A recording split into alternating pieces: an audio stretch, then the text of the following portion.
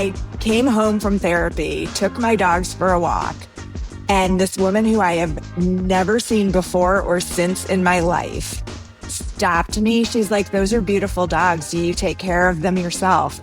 I said, "I do." She said, "You are taking care of so many things. You're doing such a good job." Total stranger. And I just burst into tears. And it's still like that hit. And I was like, this person that I don't even know is seeing that. And I guess I needed it more than I thought I needed it. Hello, and welcome to Working Your Way, the podcast where we explore authenticity at work and talk about what it really takes to help you succeed in your career more sustainably by doing it your way. I'm your host, Sandhya Sadakar, and today we are continuing our series all about the Enneagram types. Now, in my work, one thing I have been super passionate about is making the Enneagram more inclusive, and that really starts with typing. It's about going beyond the books and into people's layered identities and their lived experiences. Now, in this series, we're going to be having nuanced conversations about the Enneagram types. Not the stereotypical fits in a box kind of way that types are often talked about, but expanding our understanding of the types through real life, real-time exploration of them. In each episode, I'll be exploring a type with my guest, narrowing down their type together, giving them some time to reflect and process on their own, and coming back together for a second or sometimes third conversation where we unpack how their type shows up uniquely for them. The Enneagram is a tool that can be incredibly insightful, helping us understand our patterns, our coping mechanisms, and our superpowers by recognizing what are those unconscious motivations that are often working behind the scenes of how we show up day to day. This series is for anyone who is curious about their type or wants to better understand themselves or someone important in their life, or even just loves to explore what makes people do what they do. Now, before we get into this conversation with my guest, I want to share a disclaimer. The conversation that we start with in this episode is not a comprehensive typing interview. I want you to think about it as a typing light, more of a sorting conversation with someone who I've already begun exploring type with outside of this conversation. Now, in today's episode, I am welcoming my friend and fellow entrepreneur, Claudia Richman. My conversation with Claudia actually has 3 parts because we first narrow into a type, and then as she did some reflection on her own, she had some doubts and questions about if we had really landed in the right place. And so we come back together to kind of sort between the 2 types, and in our final conversation, we unpack the type that we landed on in the end. Now, I'm excited to share this exploration with you, 1, because it's a really great reflective conversation, but 2, because this is the real stuff when it comes to understanding ourselves and sorting out Enneagram type versus this really strong influence that we might have in our life. Understanding type versus things that might have shaped us in our lived experience, whether that's a parental influence or upbringing influence that really shaped the way that we behaved. So we're getting into all of that in this episode. We're working here to separate out the nature versus nurture influences and personality, and I am thrilled to have you all witness that process. A huge thanks to Claudia for being so open to the process and sharing her story with me and all of us so candidly. So without further ado, let's dive right in.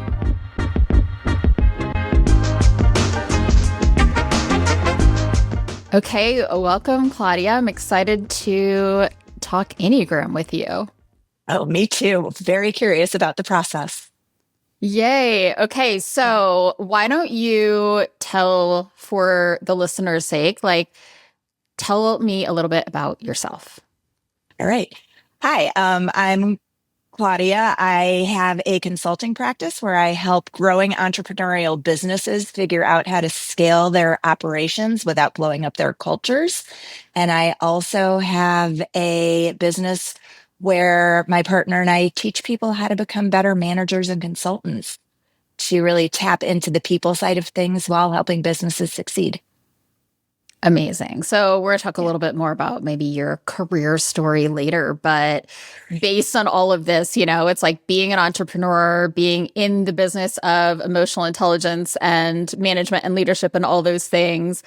I imagine, I know, and for anybody with your profile, I would imagine you've done quite a lot of self-reflection and self-understanding and learning about yourself along the way. And so tell me a little bit about like what you think about personality assessments or which ones you really love or anything there. Yeah, I think that they're a really helpful unlock to get a broad sense of how people work. And I always say, and we teach a lot of this in our courses, that the world, of course, doesn't divide into neat categories, but it can at least point you in the direction. If you know where you need to go, it can tell you if you should be taking a train or an airplane to get there and give you some quick unlocks for what makes you tick and maybe more importantly for what makes the people you work with tick. So I have done many different assessments. I've never done this one before though, which is why I was so excited when you invited me to participate in this because I'm very curious about it. Yeah. And like me, you're somebody who just is super open with what you share about yourself with the world, and I appreciate that about you. And so I was like, do you want to air all your dirty laundry on the internet? And you're like, yeah. Let's do it. I saw that glint in your eye when we were having lunch. You're like, I have a proposition for you. Exactly. Okay, so let's just jump right into it. All right. So let's start out with like the most broad question. Can you give me like 3 to 5 words that you would use to describe yourself? Practical, competitive, creative, no nonsense, which is not one word. And okay. I'm going to say humorous. Funny is sort of obnoxious to say that I'm funny, but humorous in that I approach things with humor and try to find humor in situations. Yeah. And so I'm curious, for those 5 words, so practical, competitive, creative, no nonsense, humorous, do you say that those hang just as well for you in your work life as they do in your personal life? Yeah, I do. Yeah. Awesome. So tell me about practical. How are you practical? I am going to find the most direct route from A to B. I am going to minimize the steps. I am going to eliminate waste. I am going to figure out the easiest, most efficient, effective way to get things done. And that's not always good. Have you always been that way? Yes. And so when you say it's not always good, what's bad about it? I don't see what's around me sometimes. That I'm so focused on efficiency. And sometimes you don't need to get there fast and easy. And I'm learning as I get older and live a life that there's a lot of beautiful places off the highway. I love that. The little stops on the side of the road trip. So it sounds a little bit to me like in pursuit of getting to the end state, you can kind of maybe get a little bit of tunnel vision. Is that fair to say? Absolutely. How does that play out for you, like at work and in your personal life? Oh, I have a partner in one of my businesses who is not like that at all. And she will have to rein me in and slow me down and say, why don't we explore this? And pull me off the straight and narrow. And we get better places. We end up with a better end product when we take a little bit more time and slow down. And that happens in many phases of my life of trying to just be direct and not be complete or not be curious. What about competitive? How does your competitive side show up? It shows up in athletics. It shows up in needing to be seen as very successful. I had very high positions when I worked in other companies, and I derived a lot of my identity from that. I was a COO, I was a senior vice president. I had all the titles, and getting to that next level was important to me. And it was a shift when I started my own business, not to have that kind of external recognition and validation. This totally tracks. I was an ultra marathoner. I've been a power lifter. My athletic things are quantitative so that I can have a next level to get to and I can track progress. So a lot of it is being competitive with myself. Yeah. So needless to say, you're very goal oriented.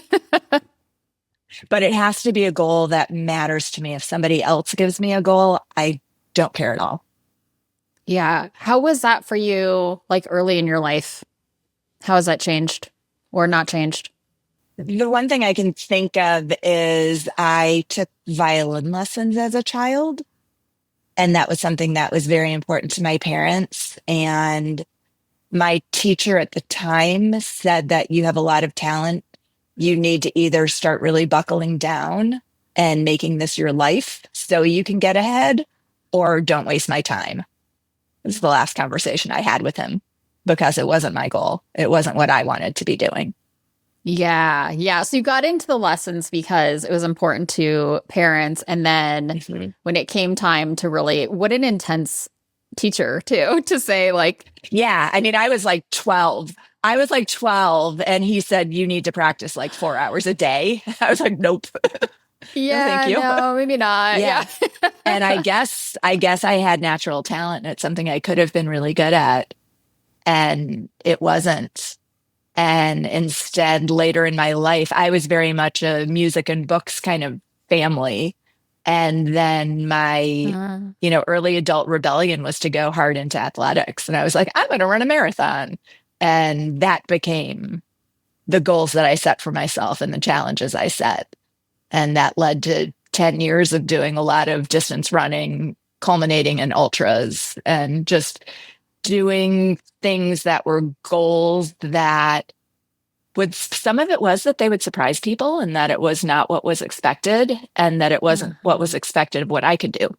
What do you think was going on for you at the time, or what do you remember it was going on for you at the time that you said, like, this is what my family sees as valuable, and instead I want to go and do this? Yeah. I was in my late 20s. I wasn't in a relationship. I wasn't happy, and I was feeling constrained, and very much had that realization that what I had been doing wasn't serving me and wasn't getting me where I wanted to go. And what could I do that would scare me? And that would be the most opposite of what I had done. And the catalyst for all of this was I signed up for an Outward Bound trip. Like, I was a hardcore indoor kid. And I said, you know what? I'm going to go to the desert, to Joshua Tree, for a week with a bunch of strangers and get stranded there by myself and have to hike and have to carry everything. And in order to do that, and I said, I know I'm going to be miserable, but to minimize the misery, I need to get in better shape, and I need to start recognizing the physical side of my being. So I started training for it, and that was the beginning of it. So that is like arguably an extreme pivot, right? To say, okay, I want to grow in this way, and so I'm going to throw myself into the fire in like the most extreme way possible. And so I'm curious, is that something you have done in other areas of your life? Would you consider yourself to be kind of extreme? I've left high-paying, very, very stable jobs to see what I could do running my own business without a single client. I recently left a marriage and packed up my whole life and went on a month-long road trip, and then came back and started over in a new part of town, in a new home, meeting a whole new community. So I'm fairly black and white. Say a little more about that. Black and white. I don't ease into things so much. Um, The go big or go home kind of person. yeah. Yeah. Yeah. So in the kind of pivot, right, from the hobbies or the things that you pursued with books and kind of more artistic or more maybe indoor things to outdoor things or more athletic things, Yeah. it seems like maybe there was a little bit of rebellion in there, but I'm curious if that feels that way for you. Oh yeah. Yeah. I mean, there's definitely threads of rebellion that can be traced in that in I didn't have pets as a child. And now I have Now you're a many. pet person. I'm a pet person. Yeah. I wasn't allowed to get my ears pierced until I graduated high school and have had as many as I think 18 piercings at one time. I mean, there's definitely an element of that. What would you say is one of your like greatest strengths or talents? Figuring shit out. If there's a complicated problem, untangling it. I always, when I'm coaching and working with people, I talk about the idea of, are you a tangled ball of yarn person or are you a blank piece of paper and a pen person? If you walk into a room with those two things on a table, which do you pick up? Yep. I am a tangled ball of yarn person every time. I'm not the person with the ideas. I'm the person who can figure out how to get anything done. And if it's a mess, I can figure out how to make it work. Yeah. Yeah. I love that analogy. That's a cool one. Yeah. And what would you say from a personal standpoint has been kind of one of your biggest, I don't know, areas of development, ways that you've changed since, let's say, your like 20s? Oh gosh, we don't need since my 20s. I've been doing a lot of reflection. New Year's and my birthday was last week. So this is always the time of year when I look back at things and I realize that 6 months ago yesterday, I drove away from the house that I had lived in with my ex-husband for 23 years on a month-long road trip. And then came back and moved into my new place. And just the amount of growth in those 6 months, I just sat down. I was like, wait, that was only 6 months ago. It feels like such an immensely different world of just living on my own and figuring everything, just like figuring out all the logistics of getting the television plugged in and set up and just like all those things that you don't deal with when you don't move for so long and getting the logistics done and then separating finances and stupid things like getting my own Netflix account and just like everything that you have to do when you untangle from a 25-year relationship and then doing enough work with my therapist and with my friends to be in this place where I feel amazing right now. And I am so happy and so excited about where things are going after just 6 months has been baffling. Yeah. I mean, it was that ball of yarn, right? To pull apart all of the things. And so going on a road trip, you had a lot of think time, a lot of processing time. Yeah. And I saw a lot of people who I loved and just took a month away. And that was really the transition time that I needed to go from like, had I walked out of the door of my old house straight into this place, I think it would have been really difficult. But having that month gave me such a distinction and so much time and so much affirmation from the people I loved that I saw along the way and visiting places that had been important to me and having hours in the car just singing and listening to books and talking to friends. And it was really special and just set me on the path of starting over with a clean slate. Let's talk about emotions a little bit. So obviously it's going to be very top of mind. So I'm going to prompt you to maybe think about like the longer horizon of your adulthood also, and maybe a lot of the things that have come up in the last 6 months are very consistent with the past, and maybe they're not, because you're in a different phase of just your growth and development. How would you say you're an emotional person? No. Tell me more about that. This goes back to the very directed and the getting where you're going and some of the tunnel vision and not exploring the things that slow you down and take you away from where you're going. Yeah. And so emotions slow you down and take you away from where you need to be. Yeah. I mean, this is something that I think I've made an immense amount of growth over the last 2 years of doing a lot of work. Yeah. Leaving more space for that and getting more comfortable with sitting with it. But it is not instinctive for me. And it is you need to slow down and take your journal and go sit and stew in it for a little while. Don't just go get on the Peloton and sweat and listen to loud music. Yeah. Or listen to a podcast or watch a new series or fill your brain with things that might take you away from that quiet. Like what might come up when there's. Yeah. I go to my body instead of my mind. Okay. I would also love to hear if there are any other words that you would say, if I ask people that are really close to you, that know you really, really well, are there other words that they might use to describe you that you didn't use? I think reliable, loyal.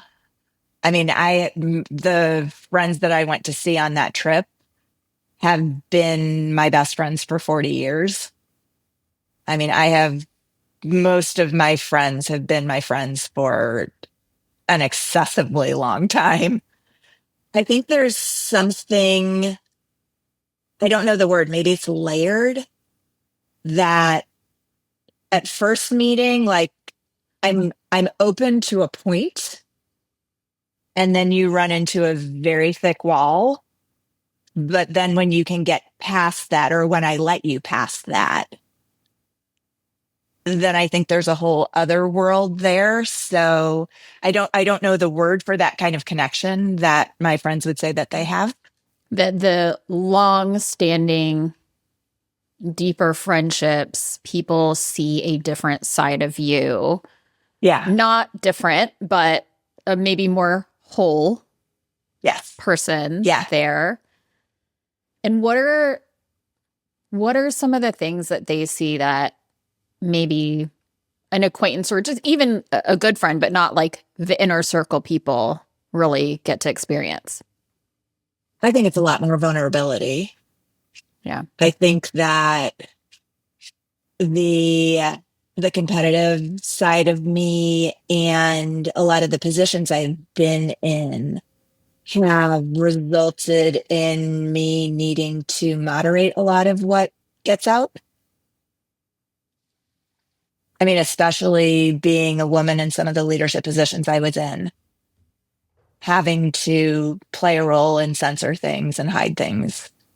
And I was very conscious in my last full-time job of being a woman. I worked in tech, and I was geriatric for working in tech, but being an older woman in leadership.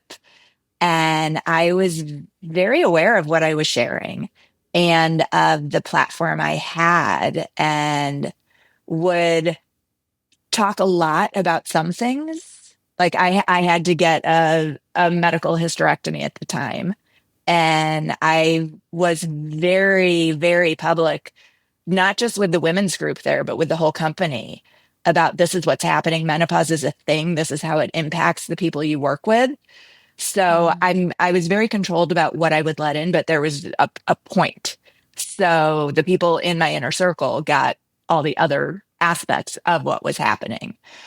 But this is something we all do now, whether or not we admit it, but my persona was very curated. Yeah. So it's the less filtered view that they get. Well, you used one of the words I just wrote down, So I'll give you kind of my thoughts, and you can respond to how all of this lands with you. Well, you and I we've known each other for a while, right? And so I know you, and we had maybe a little more specific conversation a couple of weeks ago where I asked you a few questions because I was trying to kind of narrow down your type, at least to a couple that we could really like play with in this discussion. And immediately for me, I was like, okay, she's one of the assertive types, which are type 3, type 7, and type 8. So I was like, done. We can move on from that. I know that's where we start, right? And I think actually what's funny is I thought one type when we were at brunch that day, and immediately we went into like a very specific kind of like view of a different one than what I thought.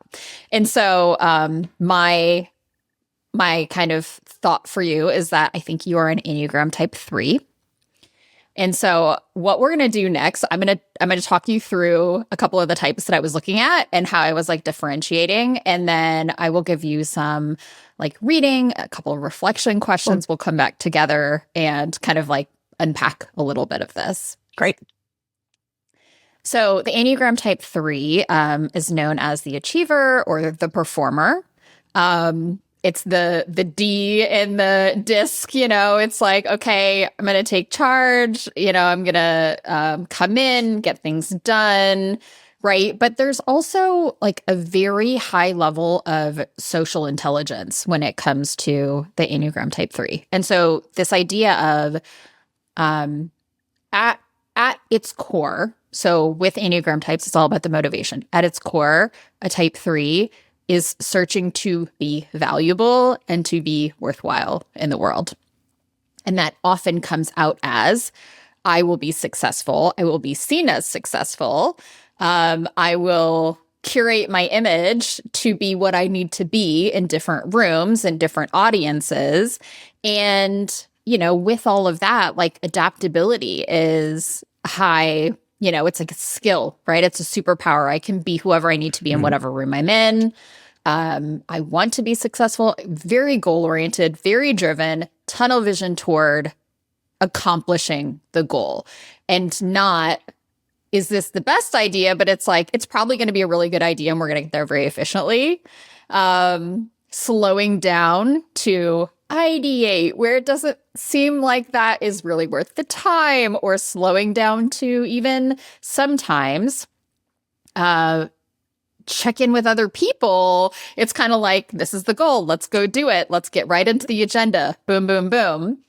But then the biggest piece for a type 3 is slowing down to experience your emotions, to feel things, to be in stillness without like a purpose or a goal for that time, right? And it's like, that's the hardest thing to do, because like, why would I sit in stillness? I've got a to-do list and I can go and do things that are productive.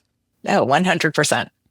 Yeah. Feels pretty spot on. And interestingly, like some of the things that you said, you wanted to be seen as successful, curating your kind of persona, right? Like those are the types of things that are, it's almost like automatic. And then, we do reflection like later in life. We're like, I can see how I was doing that. I can see how it serves me. And I can see how now it's starting to not serve me anymore because it's so instinctual. It's so automatic. It's like, do I want to keep doing this? Do I want to do this in this room or not? Yeah.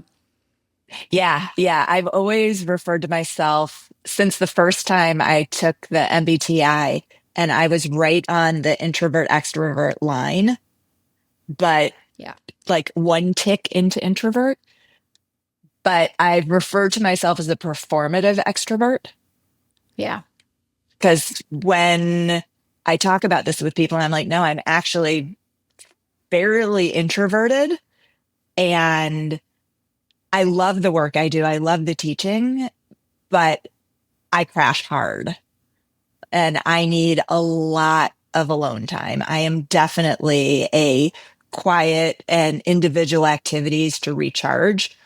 But most people who know me in that tier 1, think I'm such an extrovert because that's what I have to be to get where I want to go. Yeah, 100%. We're going to come back to that theme when we reconnect, and I'm going to make a note so I don't forget. The other types, I want to just share a little bit about like what I was like thinking for you. So the other types that are assertive types are type 7 and type 8. Sevens are, and this kind of quickly got nixed, but I actually thought maybe Claudia is a 7 because you were talking about some things at like there was a couple things that triggered when we had our previous conversation, but 7s are ideas people. So immediately I was like, yeah, that's probably not when you're like efficiency, getting right to the point. We don't want to slow down to like bring in other things or be curious or whatever. Like 7s are, they're also like fast forward movers, but they are the ideas people, the ideators, the innovators, the give me a blank sheet of paper. Blank piece of paper. Do not give me a ball of yarn because that is like, I don't want to untangle this. That's hard and messy and boring and like, give me the blue sky, right? Any day. And so you probably were surrounded by a lot of them and you probably still are in your career, but especially being in the tech world, it's like big ideas, people that need to be surrounded by people like you who can like do the operations and execute and okay, let's put a plan on paper and let's put the steps in place. And 7s though, their core motivation is to be free, to have freedom and excitement and to feel good and be fulfilled. And so good feelings also come along with avoidance of difficult feelings, which 7s and 3s have that in common, but 7s are the give me no restraints and no restrictions and just let me ideate. And like the execution part is like, maybe I'll get there.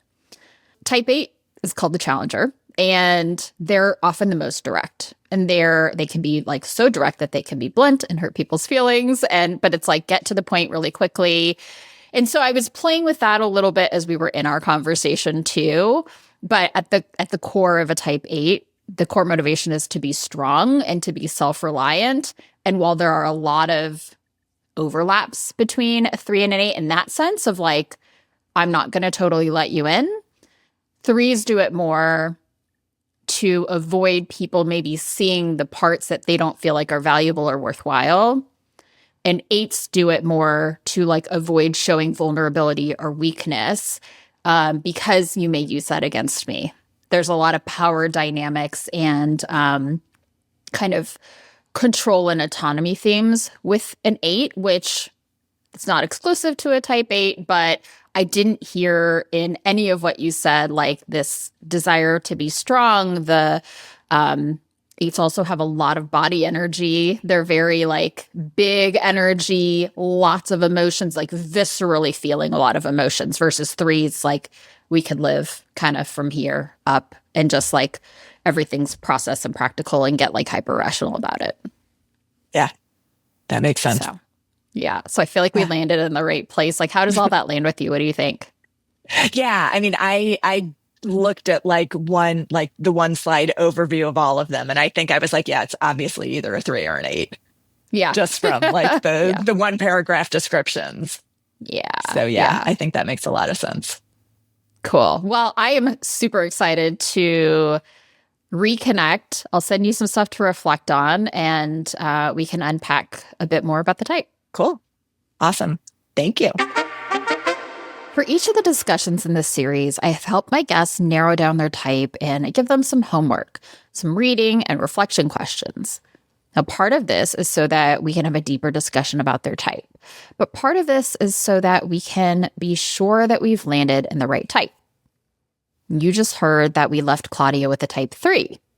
Now, after a little reflection, she actually came back to me and asked about some of the qualities of the type 8 that she felt really represented her and her story. I gave Claudia some additional information. I asked her several questions to really help her discern between the two types. And she felt a lot of both in different ways. And so this next part of the conversation is actually going to be us sorting through the type 3 versus the type 8. We'll dive into where some of her beliefs and behaviors may look more like one type versus the other, and ultimately pulling apart the layers to find the clarity underneath of her true Enneagram type. Okay, welcome back, Claudia. It is exciting to jump back into this conversation with you. Yeah, I am so curious. You've given me so much to think about over the past week since we first talked that I'm curious to see how everything progresses. Okay, so where I want to start is talking a little bit about some of the things that you had mentioned were important or not important to you as you kind of stepped away and reflected. And so one piece that we talked about initially in the conversation was that in your career, being seen as successful has been important to you. But also, you had mentioned like status and recognition or external validation wasn't really important to you. So I just want you to talk a little bit about that. Yeah, and I think through the conversations that we've had, I realized that the progressing and the being seen as successful was about being in positions of authority and control.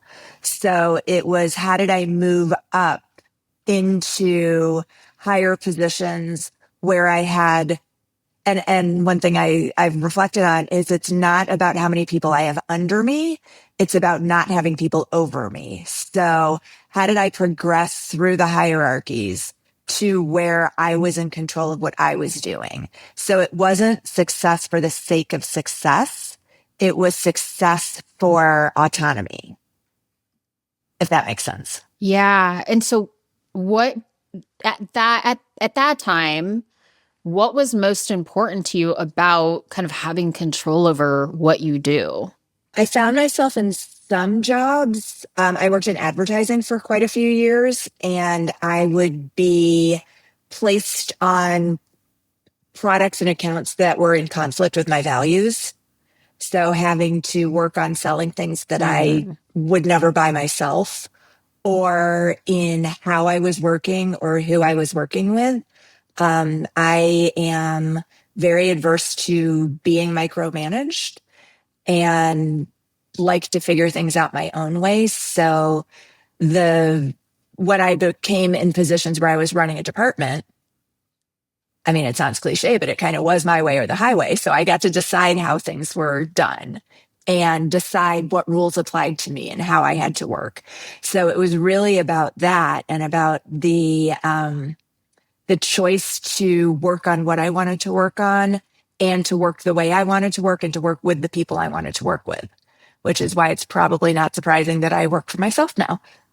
Yeah, yeah. That freedom is like something that I hear in that, but also there's an element of authenticity that you were like really pursuing. Yes. Yeah. I was having a very hard time at certain points in my career where I remember one moment when I was the senior vice president at an ad agency on a call for Taco Bell while I was eating my like super bougie farmer's market lamb stew that I had painstakingly made at home. And hearing them talk about the things that we were supposed to sell. And I was just like throwing up in my mouth and I couldn't reconcile those parts of it. So it became more and more important for me to be able to opt out of things. And that was part of what led me to leave altogether, because in that industry, as I got higher and higher, there was an element of, we're going to need to trot you out to work on anything. You know, you're one of our big guns and we're going to bring you in wherever we need you. And that then also was in conflict with my desire to be authentic to what I believed in and to have that kind of control. Yeah. And early in your career, where do you think your focus was when it was maybe not as honed in on like what feels true to you or not? So I moved into my first department head role before I was 30. So there wasn't a whole lot of early in my career before I started having these benefits and seeing how much happier I was in those kinds of places. So I think the first 6-7 years, I was very much just in a beginner mindset and dues paying. And then I kind of got jumped to the front of the line. I was like, oh yeah, it's way better up here. Yeah, that's kind of how the ad agency industry was back then. I'm probably honestly still is, where it's like you do the grunt work, you know, you have to earn your right to like do anything cool, right? And Yeah. important. Yes. And I mean, I think most industries should be like that, Yeah. but I didn't know any different then. So that was just, I thought the way that life was early in your career. But then when suddenly I was, oh yeah, you're running this department, you're in charge, you make the decisions. I was like, oh, I like this.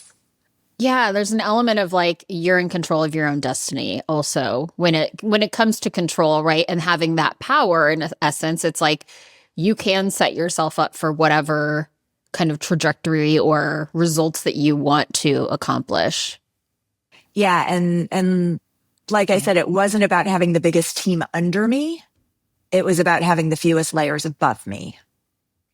Yeah. So I want to talk about that piece a little bit more because you were talking about micromanagement. And I'm curious, like, what were some of the things that turned you off the most about the people that were above you at different times that kind of made you really have that desire to not have that?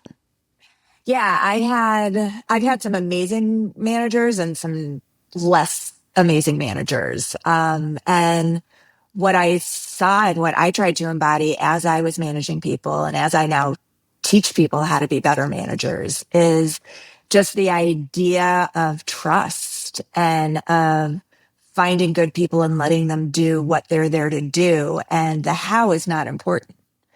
And I had ones who were very process heavy for the sake of process, for the sake of making it look like their teams were busy and getting work done when we really weren't because we were spending so much time crossing T's and dotting I's.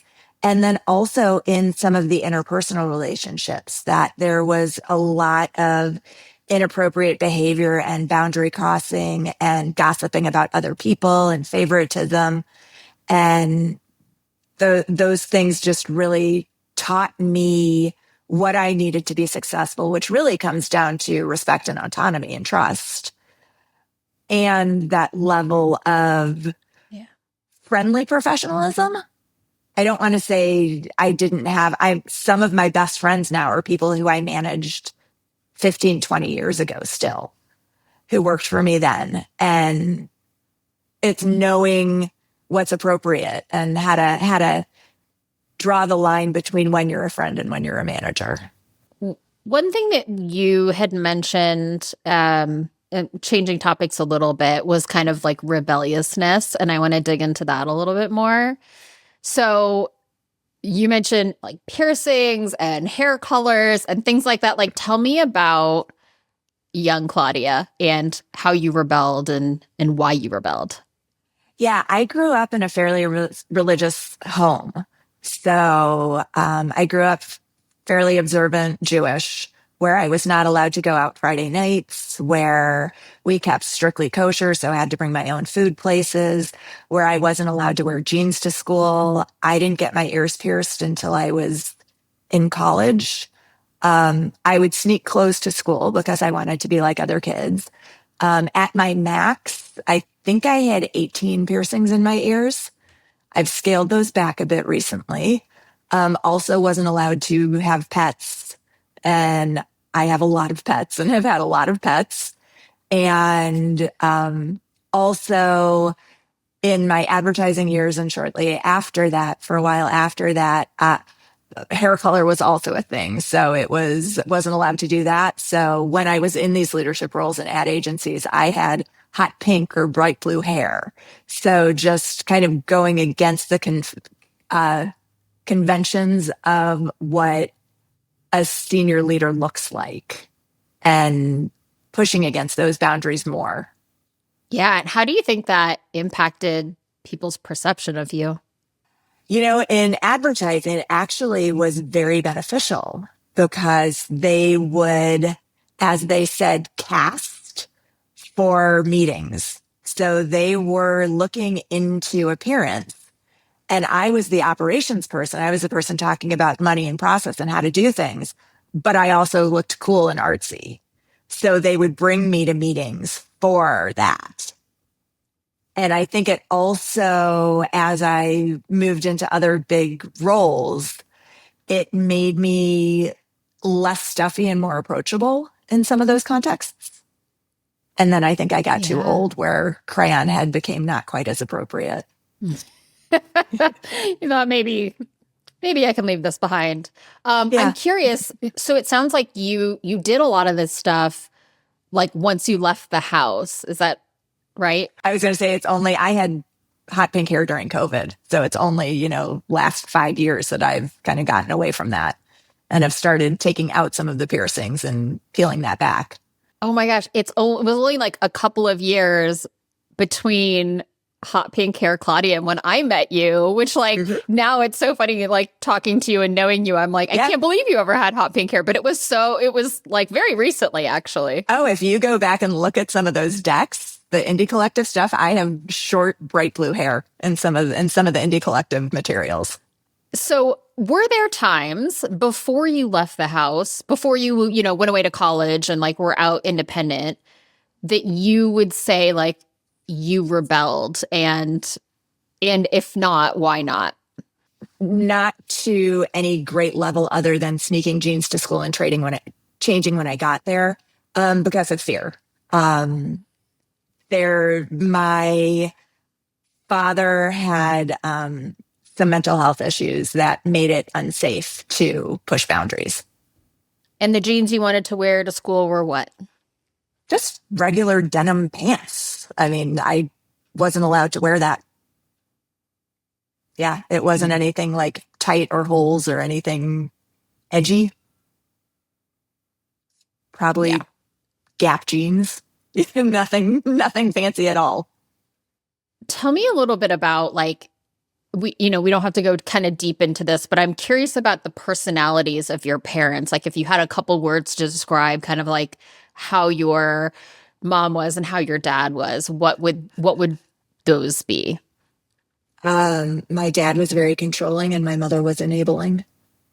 Yeah. Okay. So this is, I think, really telling in that there are certain kind of some of these qualities of like the breaking out and unconforming, the rebelling that like as we differentiate, personality and inborn temperament from like coping and adapting and like the conditions in which you grew up, I think that this is one of those kind of layers that's really important and interesting as like people who are curious about humans, but also like for me as a practitioner exploring Enneagram is things like a very religious upbringing, like a very controlled upbringing can create the desire to rebel, right? It can create that as soon as you have your own autonomy, you're gonna swing to the other end of the pendulum, not necessarily because nonconformity is like who you always were, but like it's a part of reclamation of like your identity as an independent kind of young adult, right? Yes. And so even like thinking about kind of your aversion to being controlled, it's also like, is that inborn temperament or is that a result of one of these like complex layers of like how we develop as people? Yeah. And I don't know the answer to that, but you don't have to scratch very far to see that relationship. Yeah, 100%. So a couple of things that I'll say just to kind of like, those were important things I wanted to explore. And to me, this makes more sense as we think about 3 versus 8. Yes, you have a rebellious streak in you, the nonconformity, but even as we talk about it, it's like, yeah, you were very controlled. And also that control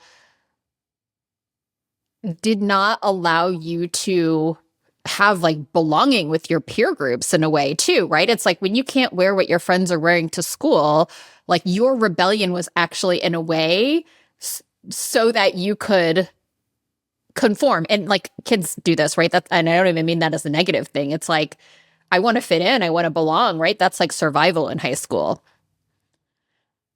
And so then when it came time and you had your own freedom and you had your own autonomy, you were able to kind of express yourself in a way that you never could in the first 18 years of your life. And then interestingly, as you climbed up professionally, it actually earned you more belonging in a way. It earned you, in a way, status, right? Like it earned you, like you said, there were benefits to it where it actually was a success factor for you in your career. Yeah, it definitely was. Yeah. And so as we the first conversation we had, there were many things that I was like, check, check, check, check. Right. And then as we kind of circled around in the conversation, it's like, oh no, these are really important pieces like dominance, control, rebelliousness. The factor that I felt, a couple factors that I felt like were missing from the type 8 is anger, getting angry, expressing anger, intimidating people with big kind of sometimes angry energy. And those were things that you were like, no, I really wasn't told that. I haven't experienced that. I don't feel a lot, viscerally when it comes to emotions. And that pattern, 8 versus 3, which you align much more to, is sometimes I don't even know what I feel, right? I don't even know what emotions are happening in here. I don't really see a benefit in feeling them, There's been glimpses of intimidation, but it was more around directness and just projecting my need for autonomy and independence on other people. And whoa, I'm not ready for that. And so them recoiling from that and being afraid of me in that way, but it wasn't an anger thing. Yeah. Yeah. So I think if you have a Venn diagram of the 3 and the 8, the middle section is assertion, it's drive, it's impatience, and can sometimes be bluntness in the form of efficiency, where a type 8's bluntness is it's about truth at all costs, and they don't even know they're hurting your feelings sometimes when they're blunt about things. A 3's bluntness is let's get to the point so we can get to the goal faster, more efficiently, and more directly, and not waste time and waste energy and waste words. Yep. That resonates. And so, I think with all of this, a couple of other things I'll say, because I was writing down, I wrote down a bunch of different notes and things that I kind of wanted to explore with you. But we talked a little bit about competition, about your kind of extreme physical endeavors. And I think that that to me feels like it can kind of fall in either bucket, where 8s often maybe don't identify with physical limitations. They live life in a really big way and actually don't realize that their body has limitations. 3s are competitive, sometimes with other people, but mostly with themselves. And they want to always be the best that they could possibly be. If you think about optimizing yourself and your life and your body and doing more, doing better, right? It's kind of this I must reach my potential. And that's kind of more where that kind of maybe extreme competition in sports could come from. Yeah. Yeah, I see that. Another thing that you mentioned that I think can go either way. And so if one of these lands with you or not, please feel free to say a little more about it. But one thing we talked about is kind of having this tight inner circle. And that can also really sit in both the 3 and the 8. And I think another way that I would differentiate that is 3s, you mentioned kind of curating a persona, right? Or only showing certain groups of people certain pieces of you. And I think that's superpower of the 3, and we can overuse it sometimes too. But kind of in curating a persona, there's also I will only let a small group of people in for the full me, the messy, the vulnerable, the things I might be ashamed about, the things I'm not proud of, the things I don't feel in control of. I say it as messy, but it's kind of all of those things. And with the 8, it's often a lot more about trust, and trust in the sense of, if I let you into my inner circle, there's a good chance you're going to use something against me. So it's about like, if I tell you things, you now have power over me, and that makes me weak in life. Yeah, I don't consciously think that. Yeah. Yeah. About it being ammunition. That's not what's holding me back. Yeah. It's well, at least for me as a type 3, it's like, if I show you or tell you these things, like on a subconscious level, like you might reject me, right? Like I might lose you or lose this connection, or kind of like that's like a piece of it. And then it gets into attachment styles as well and all that too. So all the things, the abandonment wounds, like we can talk about all those things. It's another podcast episode, but it's your next series. Okay, I hope you enjoyed listening to that part of the discussion. Discerning between two types can be very complex. And as you heard us doing this, you may have heard how I was asking Claudia questions around, what is the thing behind the thing? What's the real motivation behind the behavior? And what did it get you? What did it get you in life? What need did it get met? And this is really the heart of this tool called the Enneagram. Any of the 9 types could have had a rebellious streak in their life. Now, some types may be a little less prone to it, and sure, and each of the different types, if they had this rebellious streak, would be using rebellion for a different purpose. Now, at the end of the day, every type uses their behaviors to get their needs met. In this case, rebellion, we're talking about whether it's for control, or actually, in Claudia's case, a little bit, it might have been a kind of a correction for how she grew up, and something that actually helped her find belonging, which may sound a little bit contradictory. And we talked about a couple of topics like this throughout our conversation. How 3s and 8s have pretty direct communication styles, but for different reasons. Or why each of those types might kind of hold people at a distance and maybe not let people in fully. Or how each type might compete, or how they use their assertive energy, that doing muscle that's so well-tuned in both the type 3 and the type 8. Now, in this final part of our conversation, Claudia and I get into the, okay, so I know my type, now what? And we talk about how we can shift from kind of following the default patterns of our personality to instead using these qualities as talents and having them actually help us accomplish our goals, connect with people, and show up in the ways that we want to in life.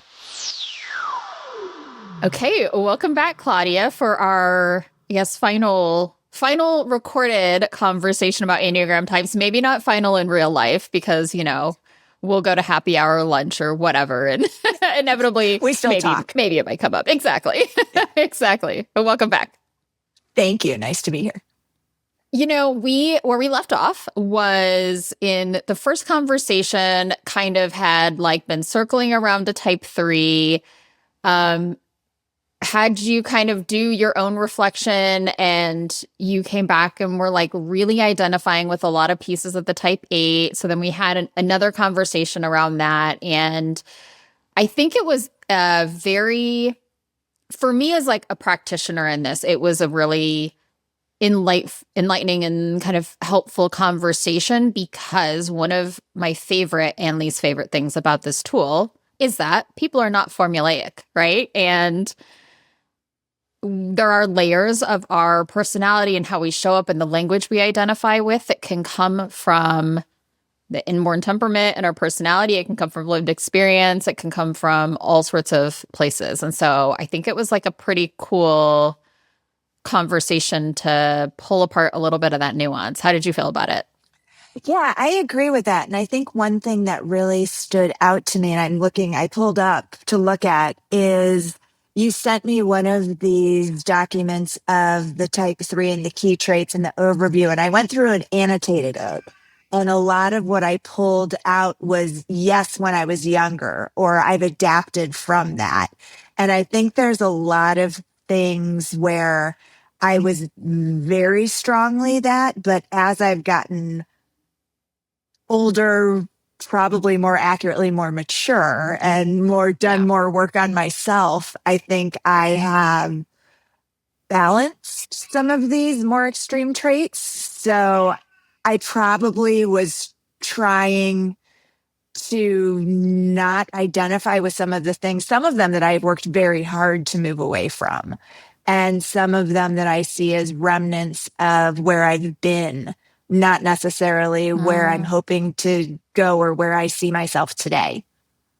Yeah, I appreciate you naming that so much because it is something that I run into a lot with people, especially if you're in a higher level leadership role. Like there's a chance you've done quite a bit of, kind of interpersonal development work, working with a lot of coaches, right? People who work in our space, like we're teaching emotional intelligence every day to our clients, and therefore on some level are also doing that work. And many of us have been pretty introspective about ourselves. And so it's both recognizing that with Enneagram, it's about like, what is that thing that's always going to be with you that maybe, yes, you have worked a lot on. But also there can be some of that, like, I don't know, a little bit of an aversion to some of these things that we've worked on or things that we maybe identified with in the past and not wanting to identify with them today. But I think what's interesting, and I'd love to dig into this a little bit, is like, we might still identify with something and it's the way we do it has changed, or like you said, matured, it's evolved. And so the way you think about something like success when you were 23 is very different than the way you think about success now, but you may still identify with wanting to be a successful person, Yeah. And I think it's also the meta of, and you're the expert here, but isn't the type 3 the master adapter? So what I've learned to do throughout my career is adapt. And as I find myself in different positions, as I find myself being self-employed and not being in a corporate role, what success looks like is also different. So one of my strengths is that ability to shapeshift and to adapt to that. Yeah, absolutely. And so I'm curious in terms of like adapting. There's like a patterned way that we adapt, right? Which we often do like in our teens and our 20s and almost unconsciously adapting to expectations is the pattern of the type 3. And then as we like mature and evolve, we can still adapt to what is needed in a room, but maybe not as unconsciously. It's more like I can use this as a strength to show up the way I need to in a room, but it's not I'm desperately seeking belonging. And so it's like the ego takes over the driver's seat, right? We get to use it with agency versus like having it take over our behaviors. Yeah. And I see that I've been self-employed for 10 out of the last 13 years. I took a brief pause to go work for somebody else in the middle of that, but I changed the rules. So what success looks like is very different when I'm my own boss versus what success looks like when I was working for somebody else. So I still am trying to meet those rules, but those are rules that I set for myself. And they're much more fluid than when it was living up to the standards of being a senior leader in advertising or in software and having so many more externalities determining what success looked like. Yes. In a corporate world, success is prescribed very specifically, right? You have an action plan, you have goals, you have a system by which you are performing to get to that next thing, the promotion, the raise, the whatever it is. It's like it's written there for you, right? And I think a 3 can follow that beautifully and very well, right? Very efficiently. And so what does success look like for you now? Success looks like for me now, it's about balance. It's about having time to do so many other things. And it's not just about making as much money as possible and having as many clients as possible. It's about, and you've heard me tell the story so many times, but it's about being able to maintain my lifestyle financially, working about half time. And once we're done here, I am bundling up and trekking out to the pottery studio to make art, which is something that's become very important to me. And success looks like having time to make cool stuff. And success looks like having time to take care of myself physically and to have time to do nothing, which is something that I've learned how to do. So it's a very different definition than what it was when I was pursuing a career that was measured by so many more externalities.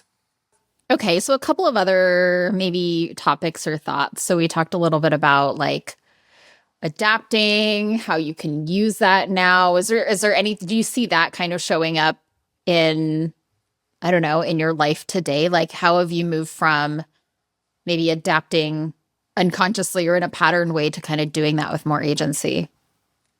Well, I had to reorient most of my life. I'm going through a divorce. I've moved. I've had to start over. And I have consciously been thinking about how I show up in new relationships. I have a whole group of new friends who knows nothing about what I've been before.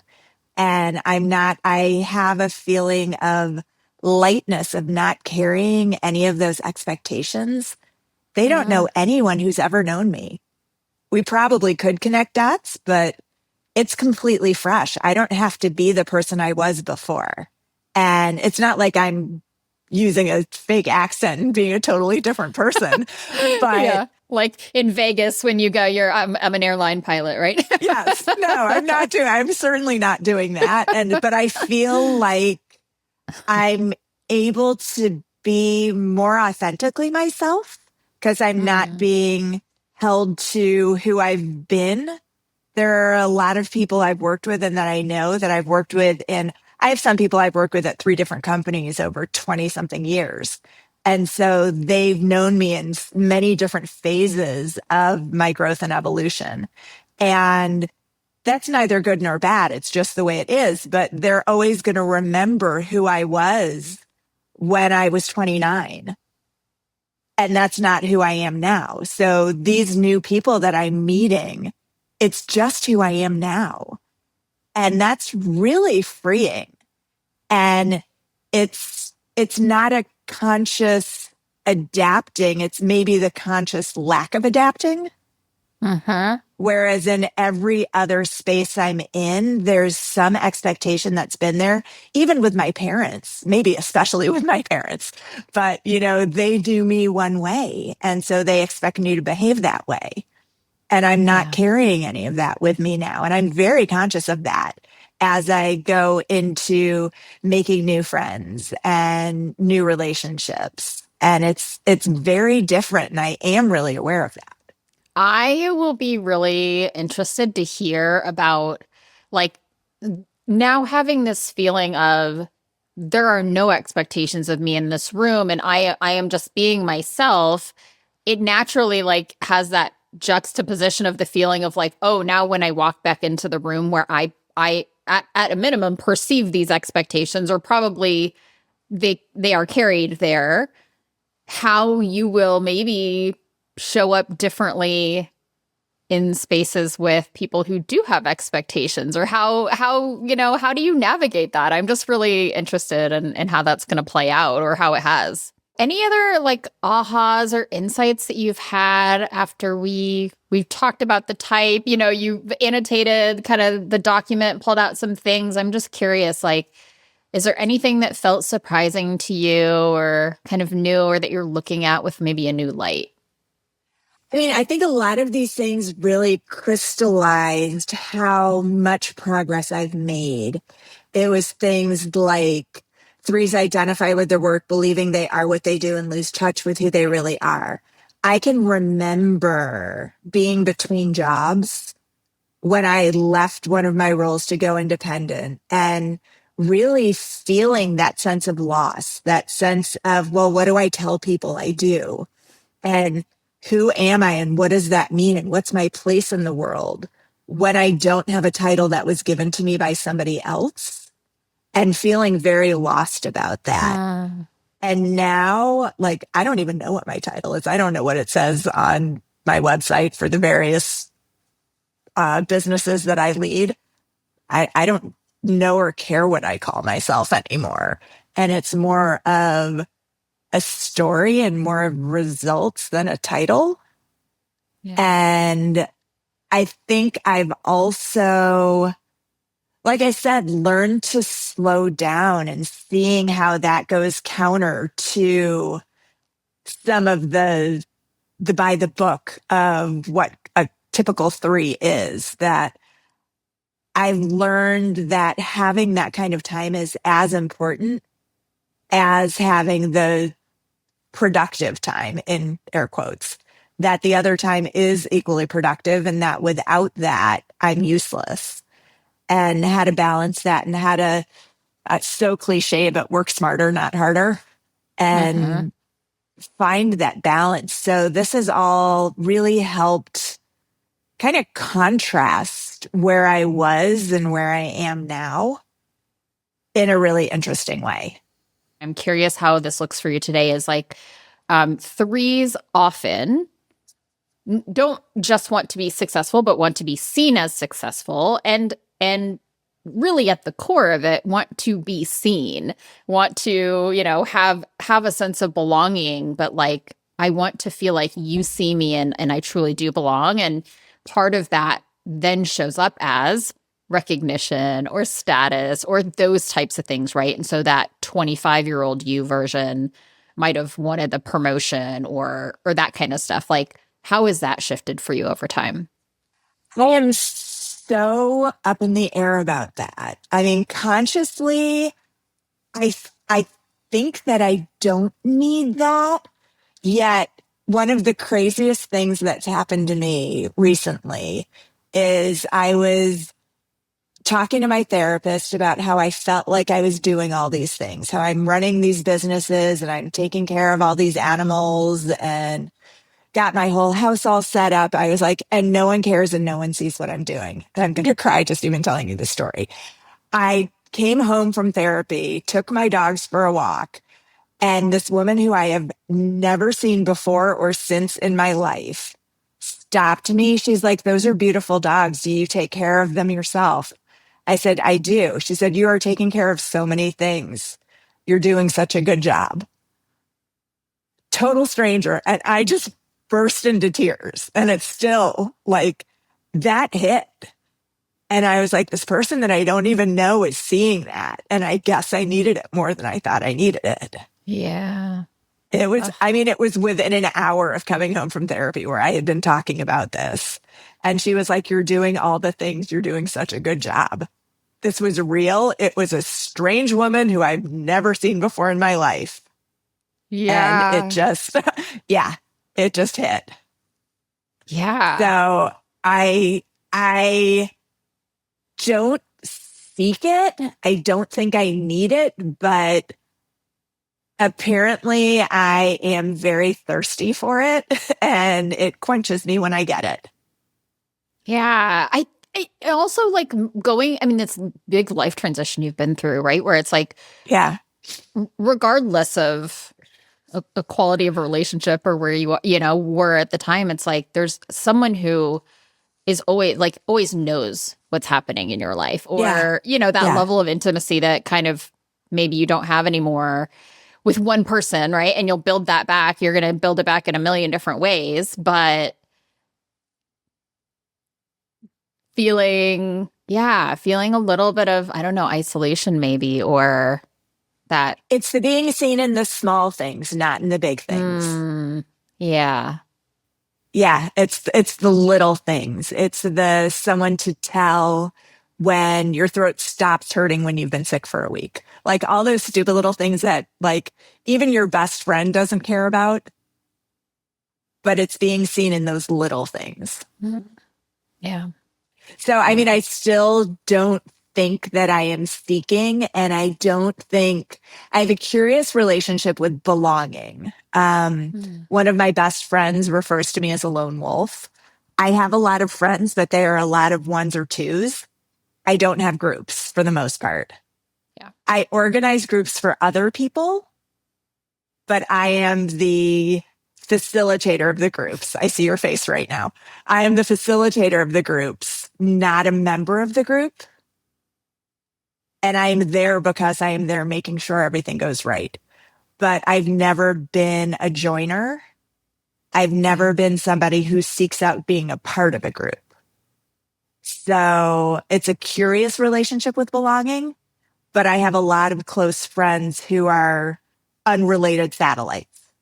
I would say like two things about that I just as like, I don't know, curiosities, observations. It's like, I think belonging and connection are like two different things, right? But ultimately they're kind of the same thing. I think belonging, if you define it as I'm part of this group, right, or part of a community, it's like that doesn't necessarily have to be that definition. It's like belonging can be like I feel a sense of belonging in the world, right? Amongst all these different groups, right? With all these kind of ones and twos, groups of friends, but like it is about connection, right? It's about like, does someone out there in the world like see me? Do they have my back? Do they know me? You know? And so it's an interesting just like connotation of the word, right? And the second thing I would say is, and this is something that I have thought about a lot more recently, is what can happen with Enneagram Type 3s is